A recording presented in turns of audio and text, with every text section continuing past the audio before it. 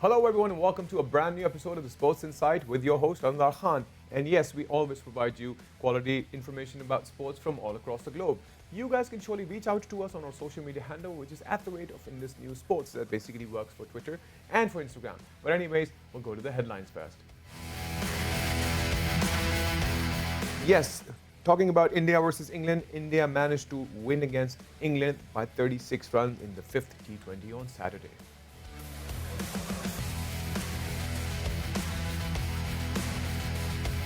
And the first ODI between New Zealand and Bangladesh, New Zealand managed to win against Bangladesh by 8 wickets.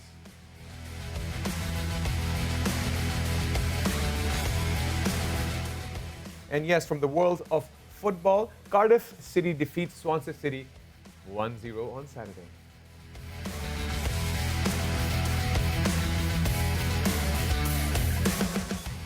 And yes, from the world of golf, yes, PGA National Tour, Matt Jones secured 5-shot win at the Honda Classics on Sunday.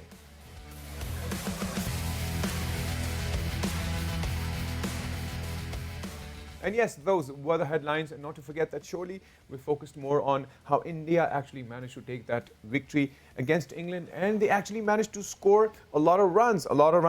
224. 224 is a huge number and a huge target that was given in 20 overs, but India actually defeated England by 36, and Rohit and Kohli actually slammed their half centuries to keep India to 224. But anyways, to discuss this, we have with us a former Test cricketer, Mike Selway, not to forget that he's played Test cricket back in 1976 and 77. Sir, thank you for being on the show. Hi, my pleasure. Great. So, Mike, I would want to talk more about the victory that India managed to get against England. And, you know, England still tried, they struggled their best, but obviously could not manage, and they lost the fifth T20, and now the T20 series actually won by India. And not to forget that even the test matches were very devastating for England's team. So how do you see this major development with regards to England touring India? It's not been a great winter for England, has it, all round? I think there are a lot of lessons to be learned there. You know, there's two really, really good sides. You might say, you know, well, India probably the favourites, aren't they, for the World T20, and England would be right up there with them. Right. And it was a bit of a lesson for them. You know, I think that India, in those conditions that they played in, right, are a very difficult side to beat. You know, they did it the hard way in the end, didn't they? They batted first and won batting first, which at the start of the series it looked like it was going to be, you know, win toss, win game, with the dew factor coming into it. Right. But it turned out not to be like that. They won in both conditions. They were very adaptable. They were hugely dynamic during the first power play, which was very important for them, especially in that last game. Right. And they bowled. They're very resourceful in their bowling, and that's something that I don't think England could match. Yeah, absolutely. And even looking at the England definitely have their home ground edge, which we cannot forget for sure. But yes, Team India has actually managed to grasp that victory. How do you see this affecting the upcoming ODIs that are scheduled in England versus India? How do you see that happening for England? And what lessons are to be learned? Like you said, that, you know, there are some lessons to be learned, obviously. But yes, they did struggle. But how do you see the ODIs making any difference or any changes for Team England?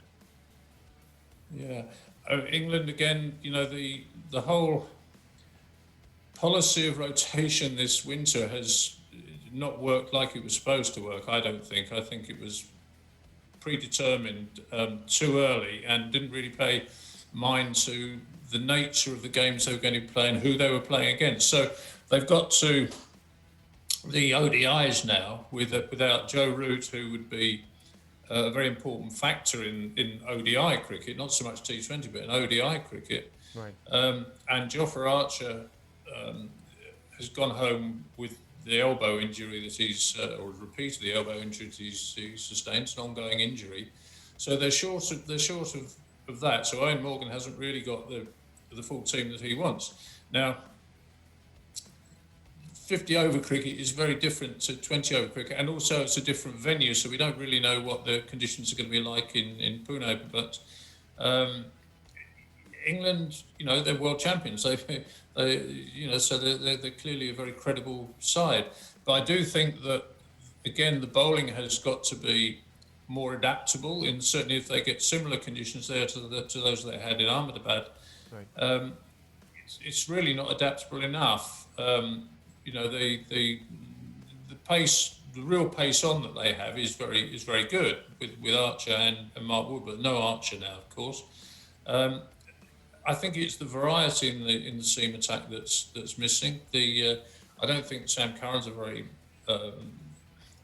adaptable bowler. He's not quick enough, and I don't think he's got enough variations. And that Reece Topley is an option as a left armer if they haven't have left arm. They definitely need to have two spinners. So Mo Ali, who's had an extraordinary winter so far, must play. Right. Adil Rashid's absolute world class bowler in limited overs cricket. But again, they're up against a formidable side, aren't they? In India, in all conditions, you just see these players coming off the production line, pushing. There was a time, wasn't there, when Indian cricket seemed to be built around the old guard, the same. You established yourself in the side, and you were there for a long time. You had to do a lot to be dropped from the side. Well, that's not happening now. These young players are coming in, and they're not just coming in, but they're playing fearlessly and pushing the old ones out. You only have to look at what happened to KL Rahul, don't you, to see what happened there. So, I think they'll be formidable in the ODI series too.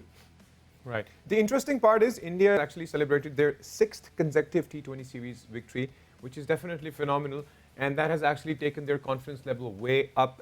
As you were saying that, they'll probably have to do more. Team England should be doing more, even though if we look at the ICC ranking, not only for the ODIs, but also for the T20, the basic tie is between England and India, because England is still number one on both the scales. How do you see the effects? For instance, if this ODI perspective, India manages to take that lead, where will it keep England's position? Obviously, England's position surely would be there where it is right now, but how do you see that affecting them in the long run? I'll be really honest with you. I get slightly bemused by the rankings.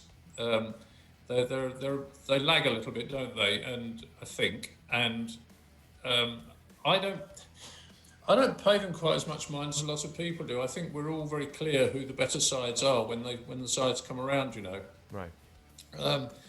I think that there's a real opportunity for Indian cricket is surging at the moment. True. I just think that the whole influx of young players coming out of let's be honest, there ought to be a lot of players coming out of India. It's a highly resourced country and populous too, of course. So, just in those terms, there should be good players coming through, but they're coming through having been brought on at a young age. They're playing the franchise cricket, which is brilliant for them. That's where they're getting the opportunities to show what they can do, and it's being taken notice of and coming in. So I think that increasingly, especially in white ball cricket, India and in India Right. are going to be desperately difficult to beat. India's record away from home is starting to become a concern for other countries, of course, too, because I think the big change for India has been the emergence of high quality pace attack. We go abroad, you're not going to play on the huge turners that were dominated by Ravichandran Ashwin and Axar Patel. Right. You're not going to get those abroad. You do get the green shot, but if they've got Bumrah and they have Mahesh Shami and Nishant Sharma and the high quality pace attacks, so they're a really good all round side now. Right. One thing I would want to ask you with regards to these days, whenever any team is touring the other country, for instance, if they're away from their home, they have to go through the entire process of the isolation, the quarantining. That somehow the other does affect the players. How do you see? Because if we talk about, let's talk about South Africa when they toured to Pakistan. After that, after them losing against Pakistan in Pakistan, they left. When they left, de Kock took a break because of the mental health situations and because of this non-stop quarantining, non-stop isolation. So how do you see the long-term effects of this isolation and quarantining when they're touring somewhere? It's a real problem. It's, you know, the England rotation policy was based around the idea that you know, they've spent, it's not just this winter they've spent in this isolation bubble. They've been doing this since, well, probably last May, June. Right. And you know, that's a long time to be living in pretty sterile, isolated conditions and playing in those conditions. True. So I think that, you know, the idea that you should give people rest from that it's nothing to do with resting from the demands of playing cricket. It's a mental rest. It's to stop people. It's a genuine concern for people's mental health. Now, around that, I think you also have to build in the idea that you've got these series to play, which is why I said earlier on that I think that England, whereas in no way would I criticise them at all for having this duty of care to their players, their mental welfare. Right. I think they didn't manage it as to the best effect in terms of who they sent to Sri Lanka and how they treated the test series in India. I think they could have managed their resource better there. So it's a fact of life now. India did it in Australia. They had to go through and they won in Australia despite doing that. They'll have the same when they come to England this year. True. It's just almost like it's a fact of cricket life at the moment, and you have to find the best way of managing it, of utilising your resource and planning ahead, I suppose. True, very true. Well, Mike, thank you so very much for your time and your wisdom with regards to the world of cricket. We'll surely get in touch with you again in the future. It's my pleasure. Great. Nice talking to you. So that was Mike Selway, and yes, he did discuss the situation on how India versus England came up to a point that, you know, India managed to take that win, and England does need to put in more effort to ensure that, you know, the ODIs ensure that, you know, they get a good victory. Not to forget, those ODIs will be on a different stadium, not in Ahmedabad, but they're actually doing it in Pune. So let's see the situations and scenarios, how they develop for Team England. But let's hope for the best. So that was basically India versus England that I was discussing. And not to forget that, you know, New Zealand actually took their win on the first ODI against Bangladesh. And not to forget that they won by 8 wickets. New Zealand is surely one of the top-notch teams. And if we look at them, you know, how they managed to keep their stance is brilliant. Not to forget, Trent Boult actually took 4 wickets for 27, which is surely phenomenal. And I think the lineup in New Zealand is super cool, not only with that, with regards to batting and bowling. So that was with regards to New Zealand versus Bangladesh. And a quick news that I wanted to share with you guys was a clean sweep of Afghanistan, which actually they managed to do against Zimbabwe. So that was also one report that, you know, I thought I would share with you. Why? Because the Afghanistan team actually managed to win those 3 matches. Before this, they were playing their test matches, and in the test match, they managed to just lose one, the first one. And after that, they completely changed their body language, completely changed their stance. And I think in overall perspective, Afghanistan is surely coming out as a brilliant team. And not to forget, their batting lineup is super amazing. They've managed to win the last, let's talk about the last T20 that happened, in which Najibullah actually managed to score 72, not out for 35 balls, which is a very, very high number with regard, and specifically with regards to the strike rate. And Usman Ghani managed to score 39. And Asghar Afghan, who actually did score a century in the previous match, also managed to score this and managed to take Afghanistan to that victory. 183 for 7 for 20 overs, and Zimbabwe was 136 for 5. So Zimbabwe is surely in dire need of that struggle that can put them back on the, you know, effort of winning. But anyways, that was from the world of cricket. Anyways, what we do is we will take a quick break, and once we take the break, we'll be back and we'll surely discuss more sports. See you guys after the break.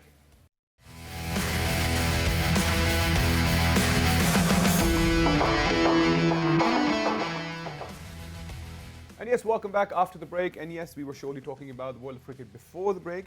But now we'll slowly switch into the next news, which is obviously with regards to football EFL. And not to forget that Cardiff City actually defeated Swansea City by 1-0 on Saturday. And not only that, Watford actually managed to retain the 2nd place in the EFL ranking. They also won against Birmingham City. And the last match that actually took place was Stoke City that actually secured the victory against the Derby County. But to discuss more details about the EFL, we have with us Philip Hall, all the way from the UK. Phil, thank you for joining us.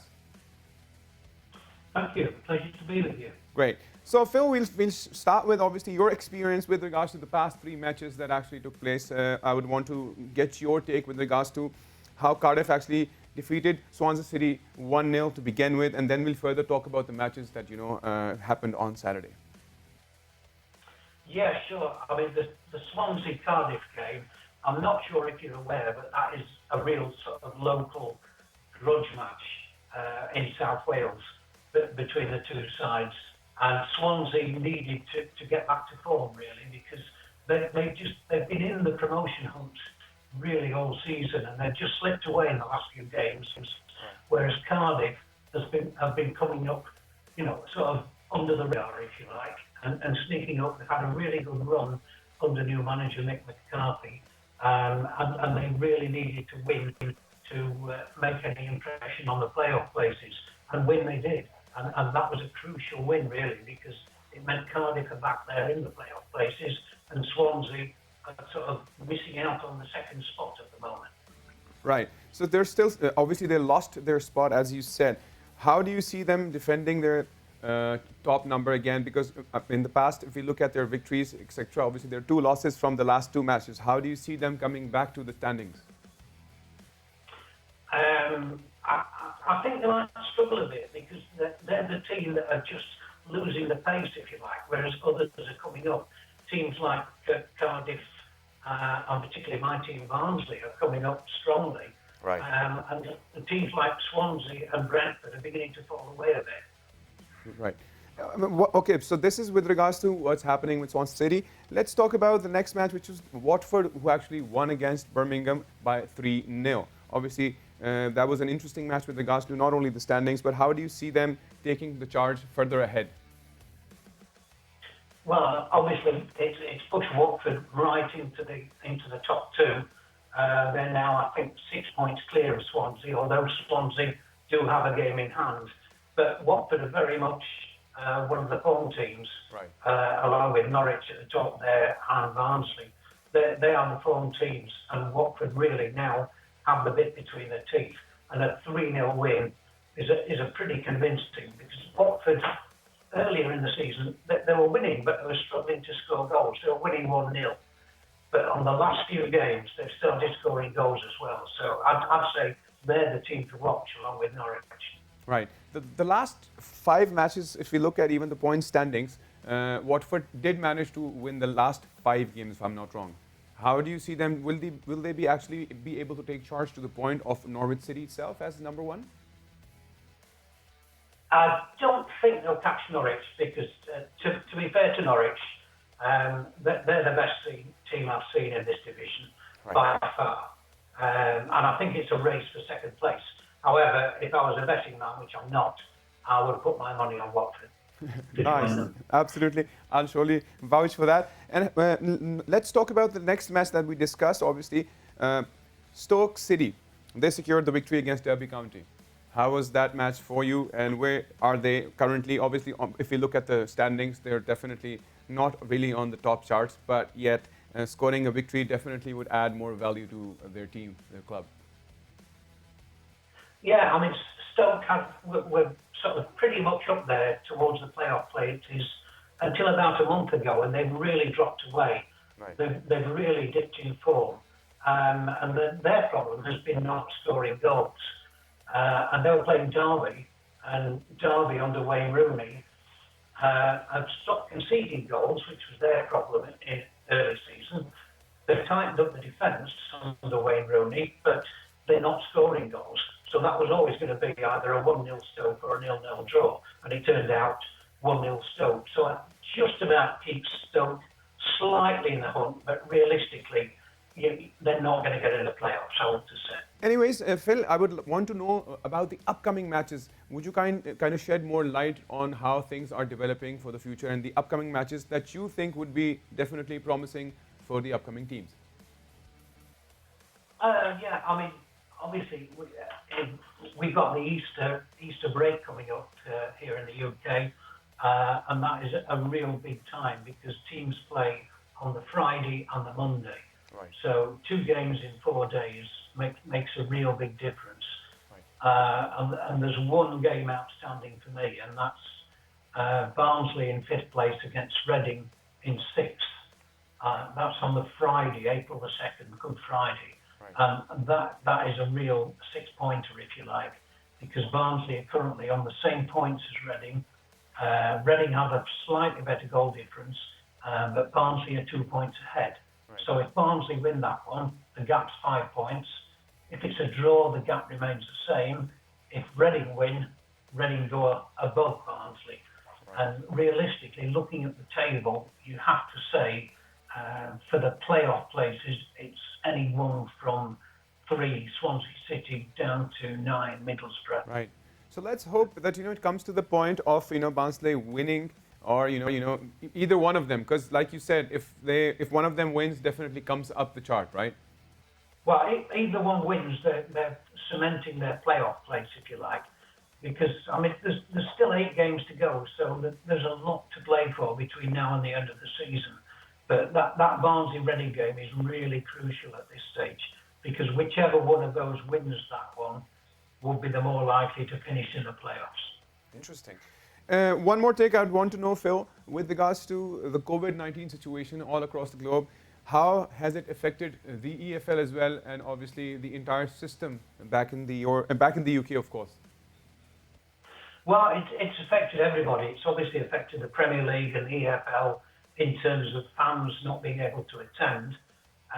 So that has a big impact both for the fans, because they want to go, and it impacts their mental health, I guess, as well, because they can't do the things they like to do at the weekends. And it impacts the clubs in terms of finances, particularly.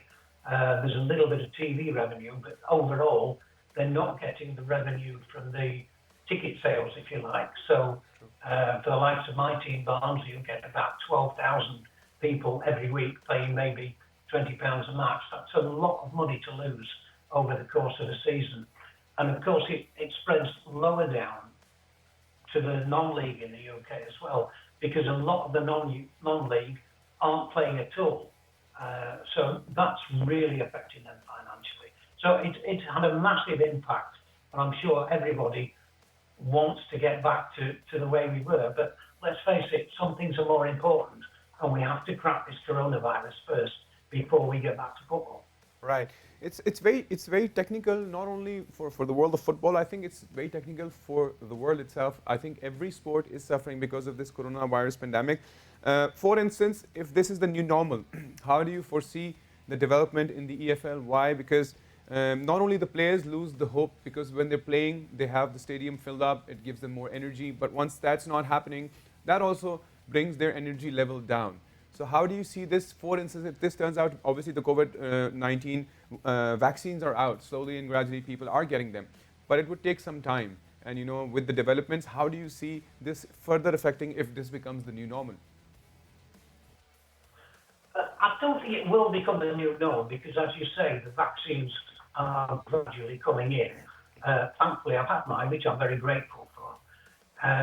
But gradually get on top of this virus. Let's not get this wrong. We will overcome it. It might take a long time.